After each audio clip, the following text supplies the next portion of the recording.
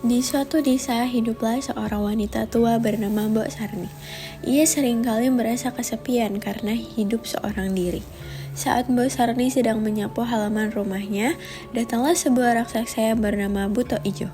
Raksasa tersebut menghampiri Mbok Sarni. Ia ketakutan dan mengusir Buto Ijo. Jangan makan aku sudah tua. Aku tak ingin makanmu. Yang kuinginkan adalah anakmu. Tapi aku tidak punya anak. Kalau begitu, ambillah biji mentimun ini, tanam dan rawat dia. Aku akan mengambilnya di saat dia berumur 6 tahun. Mbok Sarni menuruti perintah itu. Ia menanam biji mentimun tersebut. Ketika mentimun itu sudah tumbuh semua, Mbok Sarni memetik dan membelah mentimun yang berwarna keemasan.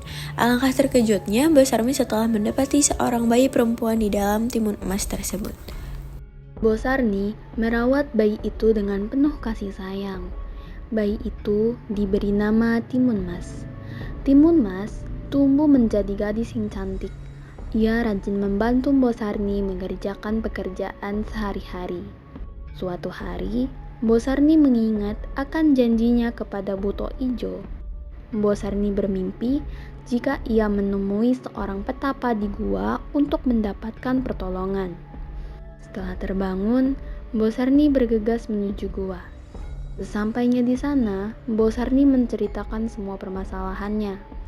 Ia diberi 4 kantung berisi semua jebakan yang harus Timun Mas lempar ketika menghadapi kejaran Buto Ijo. Setibanya di rumah, Mbok Sarni memberikan 4 kantung tersebut kepada Timun Mas. Ia juga menjelaskan semua permasalahannya selama ini kepada Timun Mas. Tiba-tiba, Buto Ijo datang menghampiri Mbok Sarni untuk menagih janjinya. Timun Mas bersembunyi dan melihatnya dengan ketakutan. Timun Mas masih belum cukup umur. Kembalilah lagi saat Timun Mas sudah berumur 6 tahun. Waktu kian berlalu, hingga tibalah saat Timun Mas berumur 6 tahun. Ketika sedang berjalan sendirian, datanglah Buto Ijo mendekati dan mengejar Timun Mas. Timun Mas terkejut dan berlari. Mengingat perintah ibunya, Timun Mas pun melempar isi kantong pertama yang berisikan biji mentimun.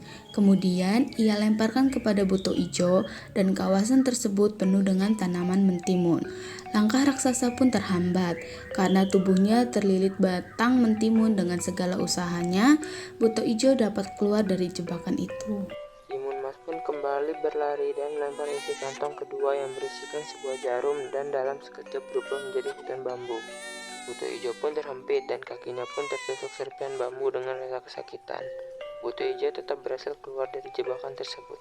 Melihat itu, Timun Mas pun melemparkan kantong ketiga yang berisikan sebuah garam. Garam-garam itu merubah tanah menjadi lautan yang luas. Buto Ijo pun sempat tenggelam, tetapi Buto Ijo masih berhasil keluar dari jebakan itu. Tersisa 1 kantung terakhir yang bisa ia lempar. Timun Mas melemparkan isi kantong tersebut yang berisikan sebuah terasi dan seketika merubah tanah pijakan Buto Ijo menjadi lumpur yang mendidih. Dan akhirnya Buto Ijo pun tenggelam dan mati dengan mengenaskan. Timun Mas merasa lega, ia berhasil selamat dari kejaran Buto Ijo. Lalu ia bergegas untuk kembali ke rumahnya. Mbok Sarni khawatir akan keadaan putrinya yang tak kunjung pulang. Hingga akhirnya Timun Mas tiba ke rumah dengan keadaan selamat. Mbok Sarni sangat senang dengan kehadiran putrinya itu. Sejak saat itu, Timun Mas dan Mbok Sarni dapat hidup dengan tenang dan bahagia. Tamat.